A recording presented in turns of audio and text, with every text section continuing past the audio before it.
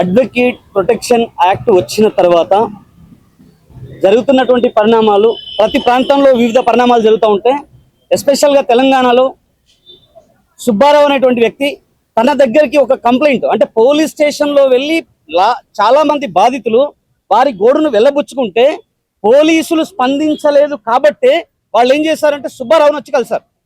అంటే పోలీసులు సరిగ్గా స్పందించి ఉంటే తదుపరి ప్రొసీజర్స్ అన్ని కూడా త్రూ కోర్టు జరిగేటువంటి అవకాశం ఉండేది. కానీ వారు ఆ విధంగా స్పందించకపోవటం వల్లనే అడ్వకేట్ సుబ్బారావును కలవడం, దానిపైన పూర్తిగా అనాలిసిస్ చేయడం, దాదాపుగా జరిగినటువంటి ఫ్రాడ్ పైన పూర్తి స్థాయిలో తను ఒక అనాలిసిస్ చేసి దానిపైన ఒక సబ్జెక్టు తీసుకొని ఎవిడెన్స్లు తీసుకొని ఆ తర్వాత జరిగినటువంటి ఫోన్ కాల్స్ వీటన్నింటినీ కన్వర్ట్ చేసిన తర్వాత బాధితులకు పూర్తి స్థాయిలో అన్యాయం జరిగిందని గ్రహించిన తర్వాత ఎందుకోసం పోలీసులు ఇటువంటి కేసులపైన చర్యలు తీసుకోవట్లేదు అని అడగడం కోసం వెళ్ళటం జరిగింది. అంటే జరిగినటువంటి తప్పును ప్రశ్నించటం వల్ల అక్కడ ఉండేటువంటి ఎస్హెచ్ఓ గారు ఎవరైతే రామకృష్ణ గారు ఉన్నారో ఆయనకు మరి పొడుచుకొచ్చింది. నేనేమంటున్నా, ఆర్టీసీలో ఒక డ్రైవర్ ఆర్ ఒక మెకానిక్ ఆర్ సూపర్వైజర్ ఎవరైనా లోపలికి ఎంటర్ అవుతున్నారు డిపోల కంటే అక్కడ బ్రీత్ అనలైజర్ పెడతారు. మరి పోలీస్ డిపార్ట్మెంట్ లో ఎందుకు పెట్టట్లేదు బ్రీత్ అనలైజర్? మీ దగ్గర నైట్ క్రాస్ అయిపోయింది అని అంటే డ్రింక్ చేయకుండా ఉండేటువంటి పోలీస్ ఆఫీసర్స్ ఎంతమంది ఉంటారు? కేసు మిస్లీడ్ చేసి అంటే ఒక మంగి వాట్ ఎవర్ ఇట్ ఆ పర్సన్ ఎవరైనా అయ్యి ఉండొచ్చు. దాదాపుగా 150 కోట్ల రూపాయల ఫ్రాడ్ జరిగింది అనేది ప్రస్తుతం జరుగుతున్నటువంటి చర్చ. రకరకాల ఆఫర్స్ చేసి పబ్లిక్ ని మభ్యపెట్టి కోట్ల రూపాయలు దండుకున్నటువంటి వ్యక్తులను వెనకేసుకొస్తూ సిపి సజ్జనర్ గారు ఒక ఫోటోకి పోజ్ ఇచ్చారు. ఏదో ఇన్విటేషన్ కు ఇన్వైట్ చేస్తే వచ్చినట్టుగా ఒక ఫోటో పోజ్ ఇచ్చేసి చాలా మంచి స్మైల్ ఇస్తున్నారు. నేనేమంటున్నా అంటే స్మైల్ అనేది బాధితుల తరపున ఉండాలి. విక్టిమ్ ఎవరైతే కేసు పెట్టామో వాళ్ళ తరపున మీరు స్మైల్ ఇచ్చారు కదా, మరి అదే సుబ్బారావు వెళ్ళి బాధితుల తరపున ప్రశ్నిస్తూ ఉంటే అక్కడ ఉండేటువంటి ఎస్హెచ్ఓ ఎవరైతే ఉన్నారో రామకృష్ణ అదేదో ఒక విక్టిమ్ ని ఒక క్రిమినల్ ని తర్వాత ఒక స్మగ్లర్ ని తీసుకొచ్చి ఆ ప్రెస్ మీట్ కండక్ట్ చేస్తున్నట్టుగా ఒక హావభావాలను ఎక్స్ప్రెస్ చేస్తూ సుబ్బారావుని చాలా డీగ్రేడ్ చేస్తూ డిస్క్రిమినేట్ చేస్తూ అంటే మరి ఆ వ్యక్తిగా కనిపించలేదా?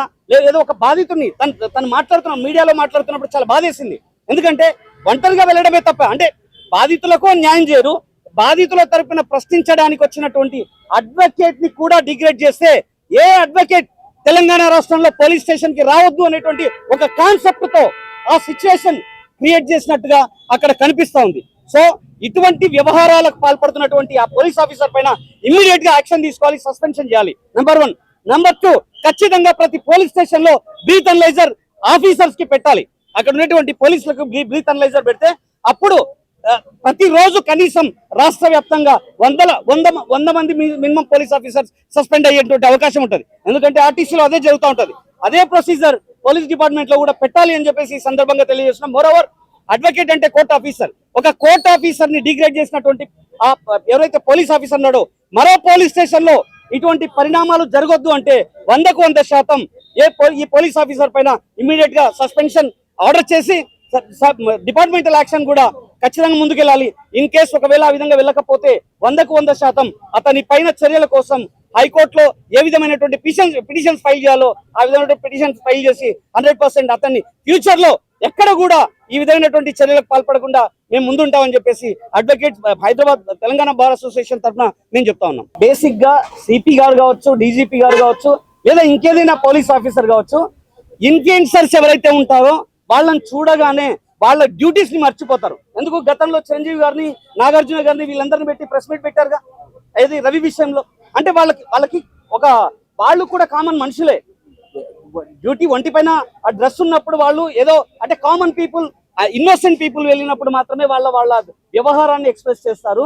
అదే ఒక ఇన్ఫ్లుయెన్సర్స్ ఎవరైతే ఉన్నారో వాళ్ళు కనిపించగానే వాళ్ళ డ్యూటీని మర్చిపోయి వాళ్ళ దగ్గర ఆ విధంగా బిహేవ్ చేస్తూ ఉంటారు. It's a common thing. కానీ మనం ఏం చేయాలి అంటే కామన్ గా సిటిజన్ రైట్ ని మనం క్వశ్చన్ చేస్తున్నాం. ఆ సిటిజన్స్ రైట్స్ ఏవైతే ఉన్నాయో వాటిని మీడియా తరఫున మనం ఎప్పుడైతే స్ట్రాంగ్ గా ముందుకు తీసుకెళ్తామో ఆటోమేటిక్ గా ఇటువంటి పరిణామాలు అనేవి రెడ్యూస్ అయ్యేటువంటి అవకాశం ఉంటాయి. కాబట్టి ఫస్ట్ వీఆర్ ఎక్స్పెక్టింగ్ ఏంటంటే డిపార్ట్మెంట్ 100% గా బ్రీత్ అనలైజర్ వాళ్ళ డిపార్ట్మెంట్ లో ప్రతిరోజు పెట్టి డీజీపీ ఆఫీస్ కి అటాచ్మెంట్ చేస్తే వాళ్ళ ఆఫీసర్స్ బాగోతాలన్నీ బయటపడతాయి.